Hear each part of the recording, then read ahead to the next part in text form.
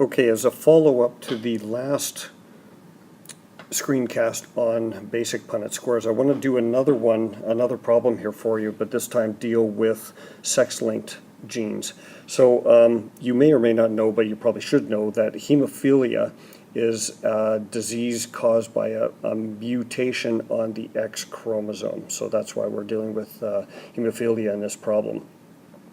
Now, before we get into this, it is important to talk about the notation for sex-linked genetics. So it's not sort of a capital H, little h situation here, because you have to identify the fact that the gene is on the X chromosome. So in this case, you will always start with a capital X, which represents the X chromosome. All right. And then to designate which allele the X carries for that particular gene, you will superscript either a capital H or a small h.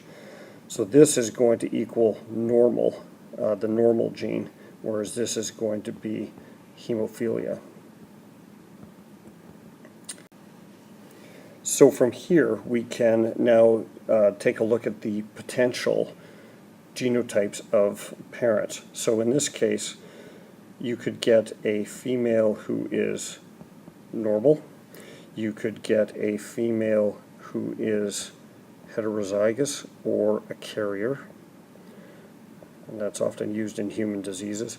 You can have a male who is normal, or you could have a male who is hemophilia. Now, please note that there is no superscript on the Y chromosome. That's a common mistake, and that is simply because that gene is not on the Y chromosome, and therefore you should not be putting an allele up there.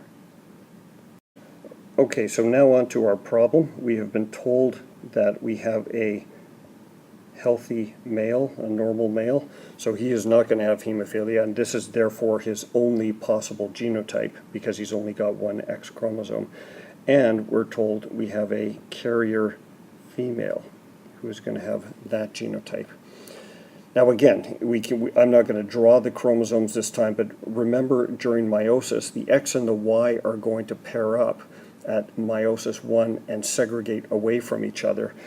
And so obviously you are going to have to produce a sperm that is either an X-containing sperm or a Y-containing sperm. Whereas in the female, you are going to produce an egg that has the normal hemophilia allele or the mutant allele.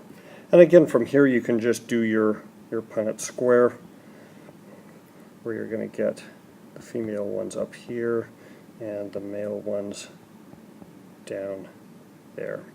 And you could fill this in. Again, you've got now a homozygote, you have a carrier, you've got a normal male, and you've got a mutant male. Now, I threw in a little bit of a trick here with respect to the question. The question says they had a son together already. So in other words, you can cross all of this stuff out. It is irrelevant to the question because they didn't have a child, they had a son. So what are the odds, or what's the probability that that son has hemophilia? It would be 0.5 probability.